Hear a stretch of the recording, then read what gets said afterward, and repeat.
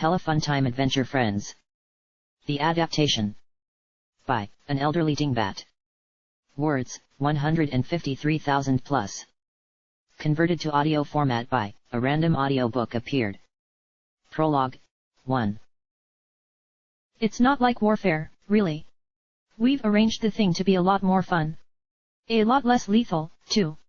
I guarantee that compared to what's outside, our little program will feel like the nicest vacation she's ever been on. The speaker didn't just wear a suit, he ruled it, as much as a monarch might wear a crown as a symbol of the lands they controlled, or a veteran returning from the conflicts might be weighed down under the burden of the medals they'd won.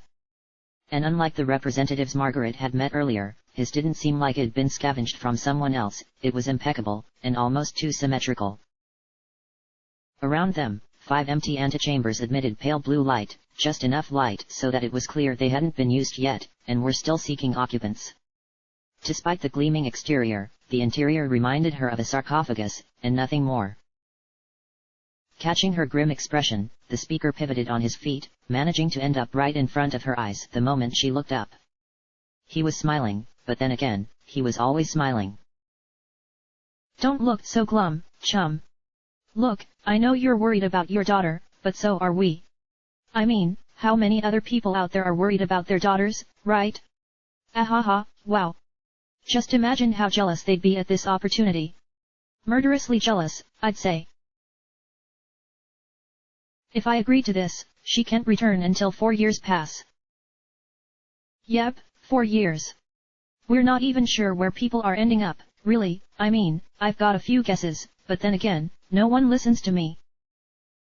He winked at her, though Margaret wasn't sure why. She'd never been particularly good at reading people, and this man had been hired because he was a whirlwind made human.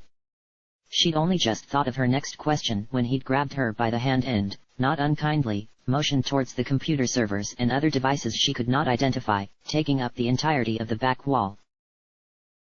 "Look, pal. You see all these? This is just the outside, the shell, if you will. First off, even if the chamber is destroyed here, it's highly unlikely that anything would happen to anyone over there. And second, we're surrounded by a vault that the military kill for, if there were enough of them left. Aha, a little joke there, she's safe here. Safer than you or I'll be, that's for sure." Margaret closed her eyes, trying to remember the last conversation she'd had with Lorelei. They'd been arguing, and she couldn't remember about what. It had been stupid and petty, and she'd hated herself for it, and now she couldn't even remember it. You aren't going to sleep on me, are you? I mean, look, if you're having doubts about this, tell me now. Don't worry, you can trust me. It'll suck for us, and we'll have to find someone else with the right patterns and inner science and harmonistic heuristic stuff, but between you and me? I understand. If you really want to take your chances out there, as a family." The man shrugged, his expression just the right mix between unreadable and sympathetic. "Your call. I can't judge you, don't think anyone could, not fairly." Margaret stared straight ahead, feeling as if she might tumble forward at any time, only somehow managing to hold strong, and sound more confident than she felt. "No. We'll enroll in this program, I think it's the best decision for both of us." Smiling, he clapped her on the back and laughed heartily. It was the kind of laughter that petered out in the air, lingering longer than laughter should in drawn-out echo. "Great call, miss. Well, show her in. I'll arrange your payment and the like and leave her alone with her choices, or do you want to say anything to her, first?" "No.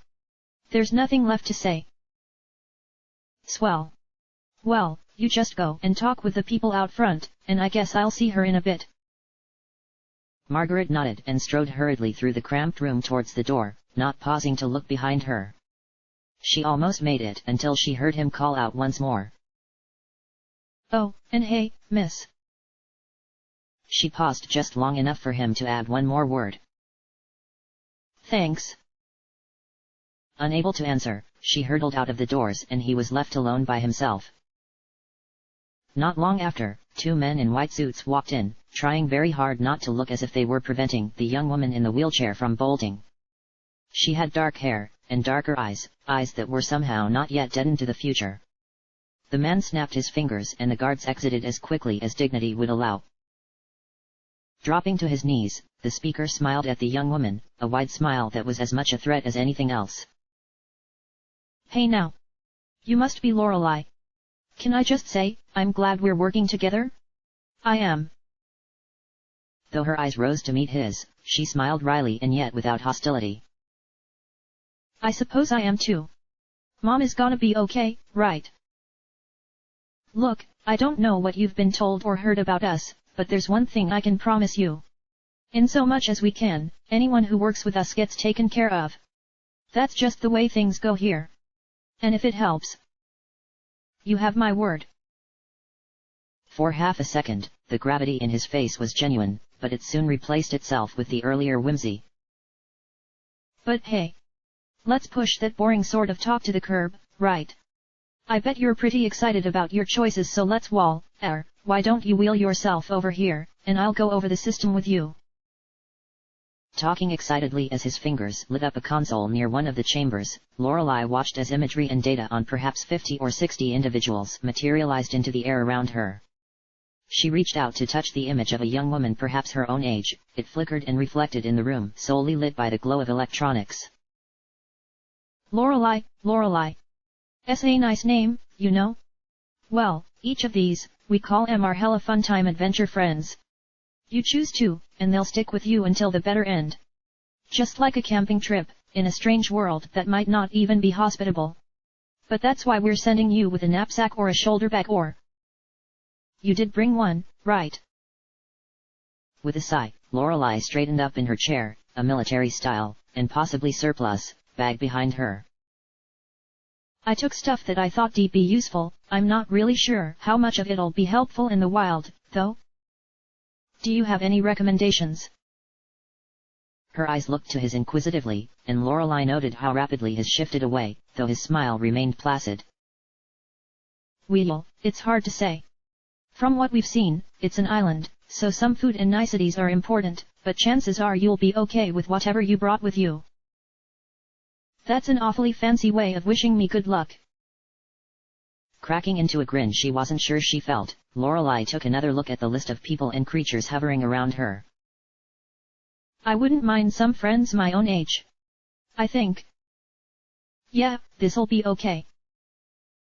Lorelei motioned to two of the figures on the screen, smiling to herself and trying to avoid too openly sharing her emotion with the figure now staring at her with a clinical happiness. Good. He announced loudly, as the display blinked and shut off, one by one. Of course, you won't be alone there, as I'm sure you know, but I'm glad that you've got the right fire within you. Pausing to help Lorelei into the receptacle as she removed herself from her wheelchair, which folded and fit into the duffel bag with some restraint, he closed the lid around her.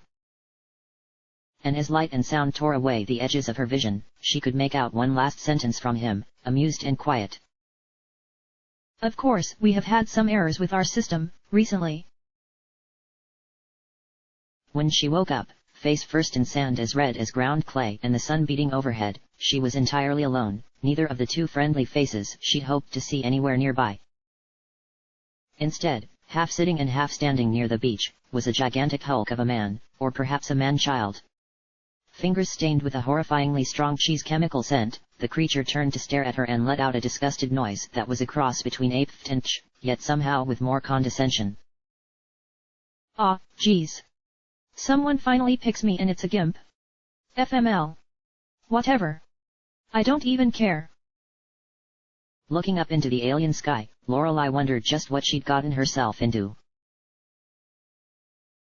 Chapter end.